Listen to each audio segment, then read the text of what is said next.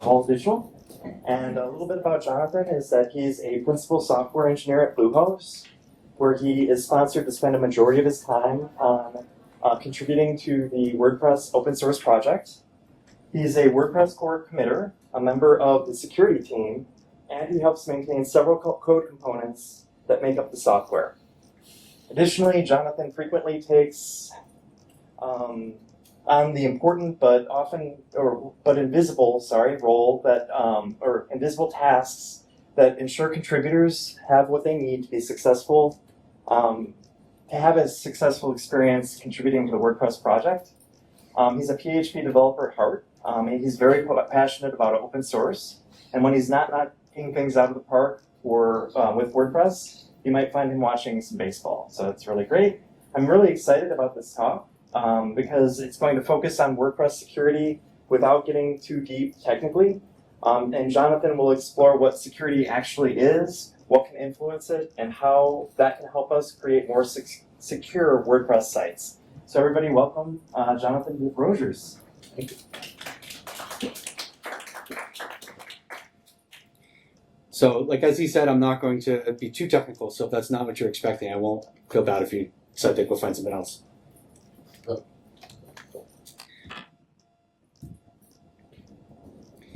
So, I hope in this talk to challenge in some ways how you approach and think about security.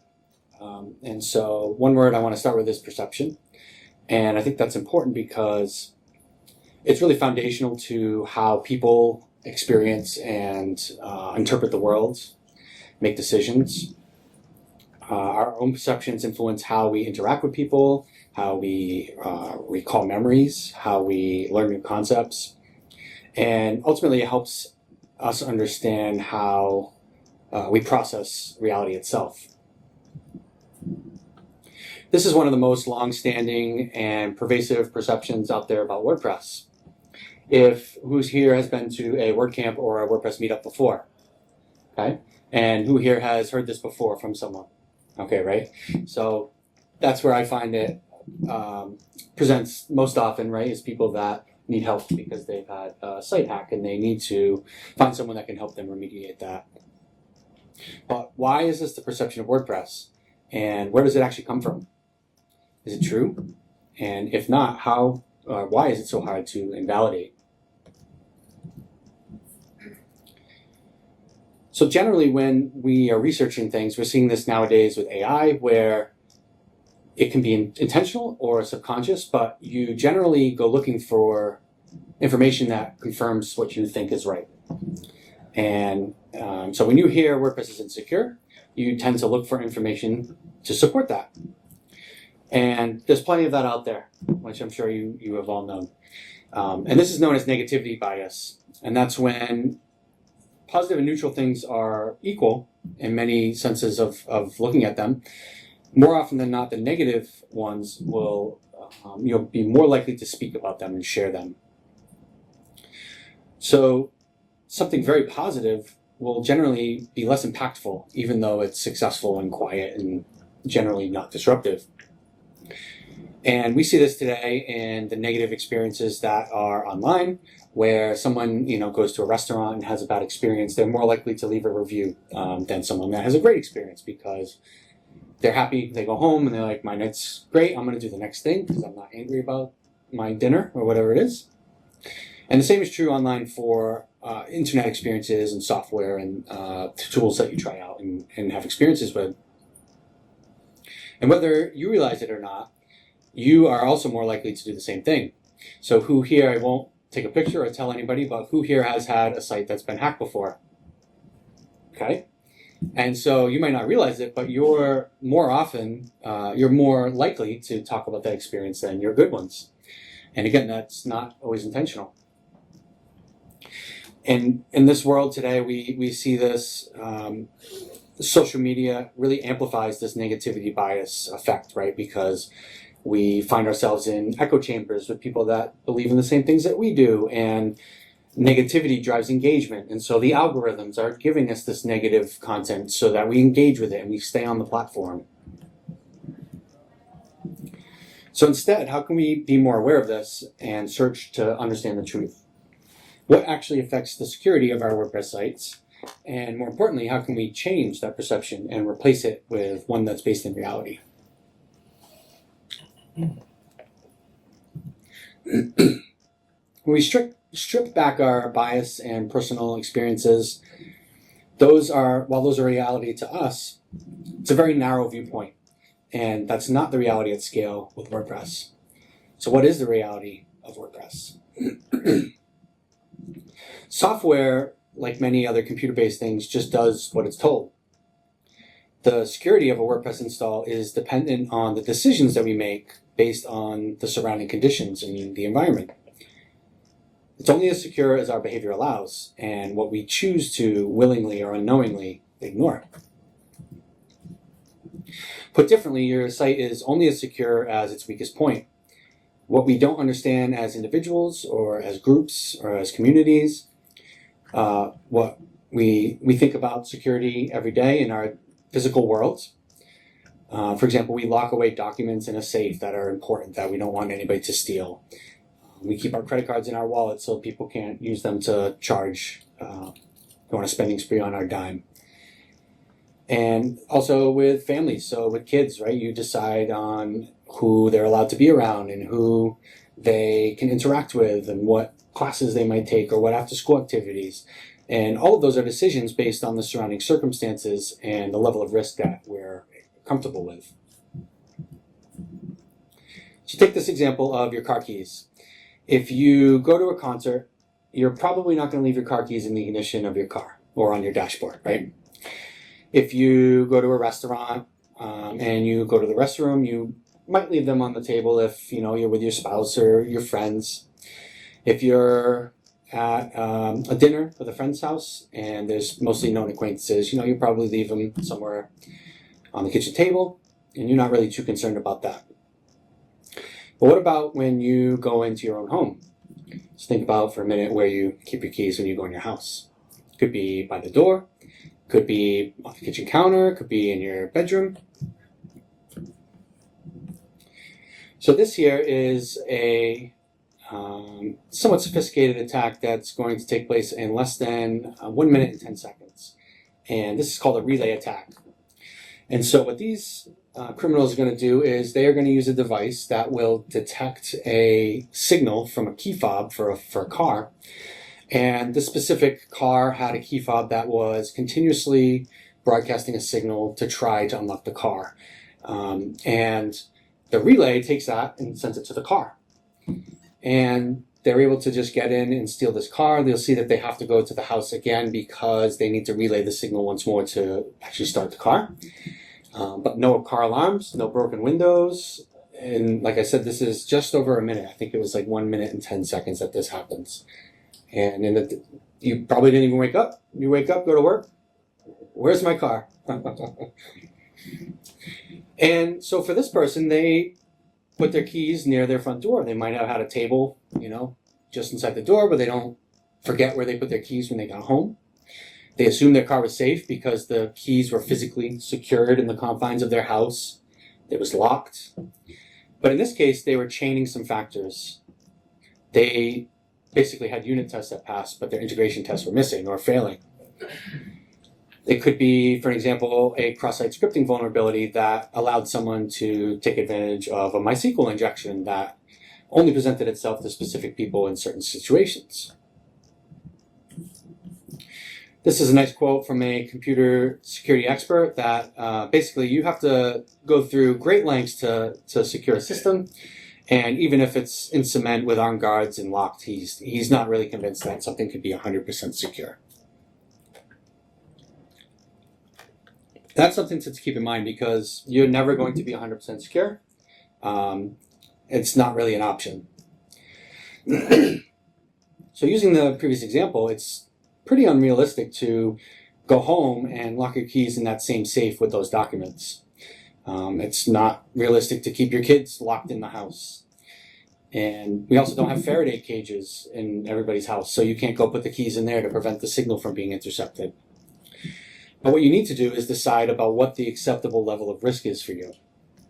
You have to look at all the surrounding factors. Maybe it's the crime rate in your area. Has it been on the news that this type of attack has been happening more frequently?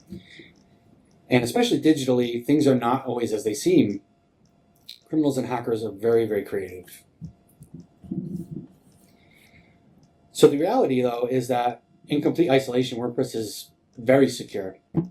But this hardly ever makes sense. And with very few exceptions, software is meant to be used by people. This makes even less sense for software whose mission is to democratize publishing. The co-founder of WordPress, Matt Mullenweg, said once that technology is best when it brings us together. And I think that's a great way to look at it, where we don't want to be 100% secure. We want to have 100% engagement with as many people as we can to make our voice heard, build our online communities, raise awareness, drive revenue, generate leads, whatever that site is aimed to accomplish for that purpose.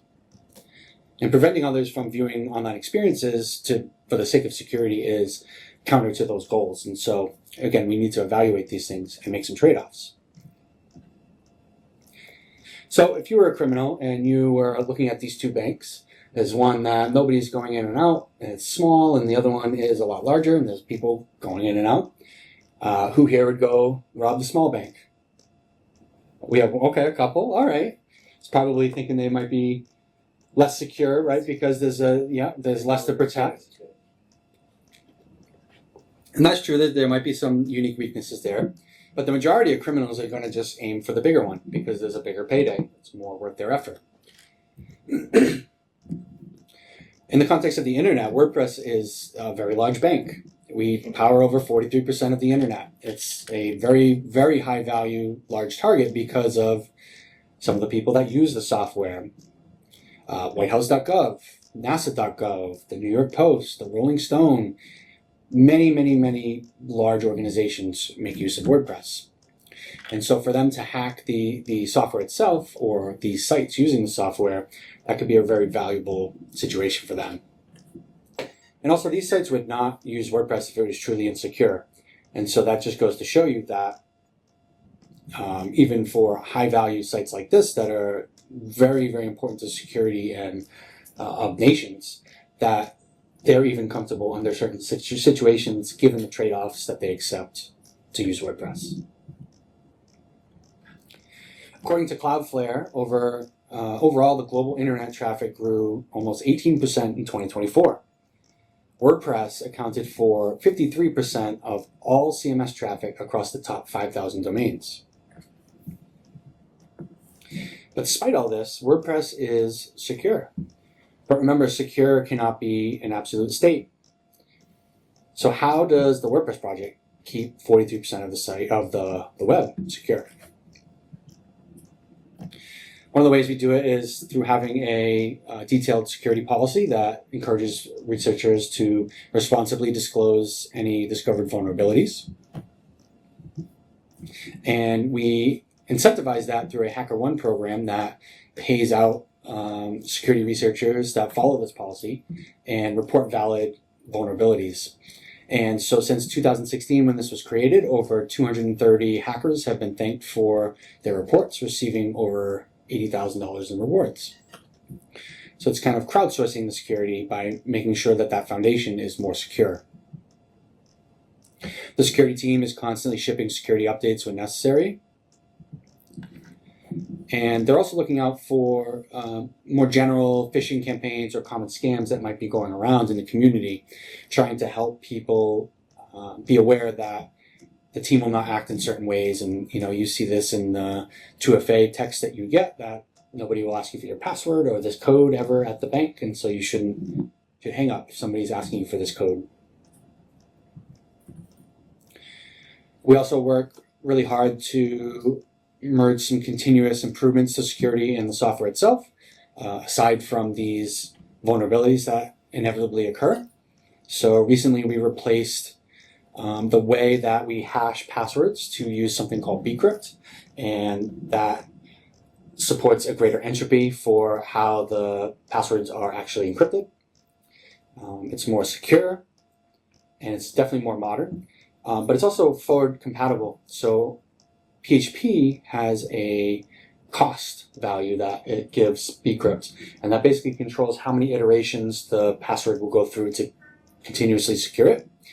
And they revisit this in PHP core periodically, and they can increase this. And so the value of that is that if PHP 8.6 increases the cost value, that's the default now, the next time you change your password, you'll benefit from that automatically.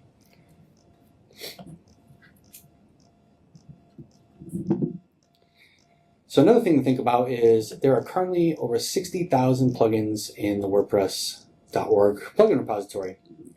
If you were to run 3 plugins from the WordPress directory, this is how many unique combinations there would be.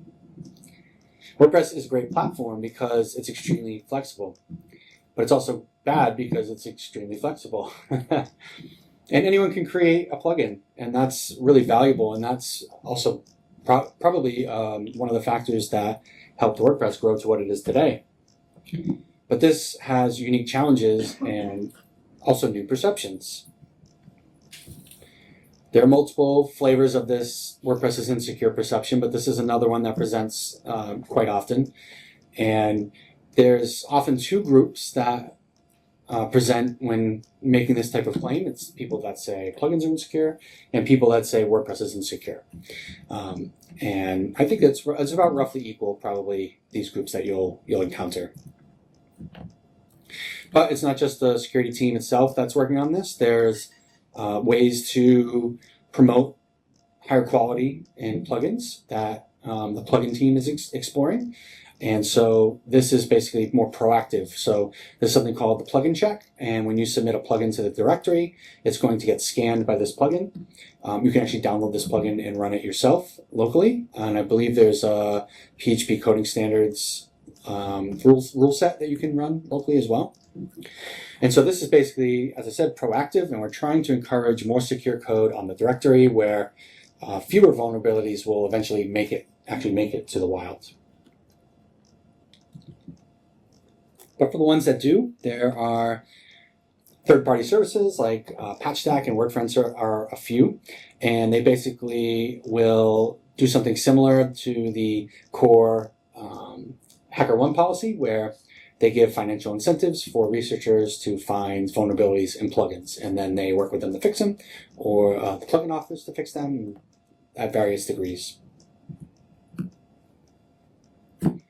So WordPress is only software, as we mentioned, but it, as demonstrated here, there's relatively good and solid practices in place to keep it secure.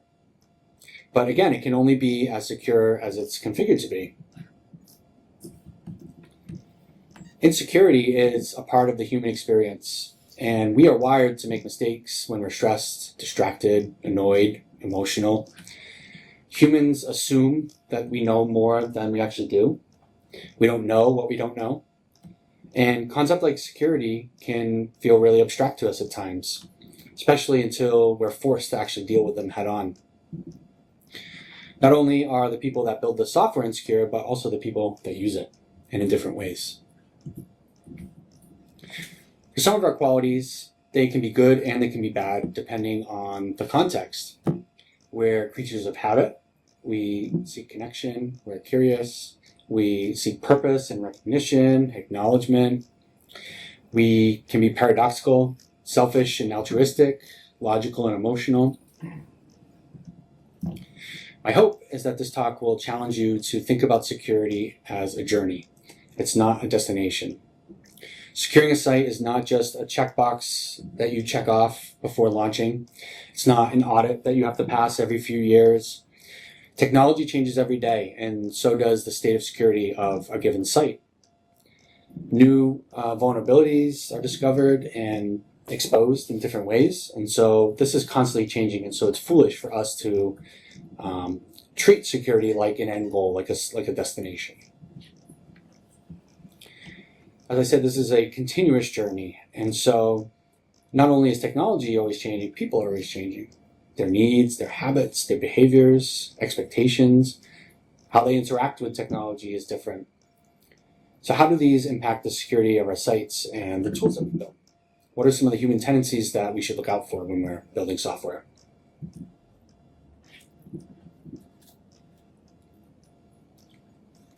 So the first one is making assumptions. So by nature, assumptions often bypass a level of critical thinking. They promote not communicating, and they avoid evidence-based decision-making. So the result of this is that we have miscommunications, we have unrealistic expectations, we have bias, overconfidence. But ultimately, it leads to missteps and missed opportunities. In the context of security, these could be pretty severe.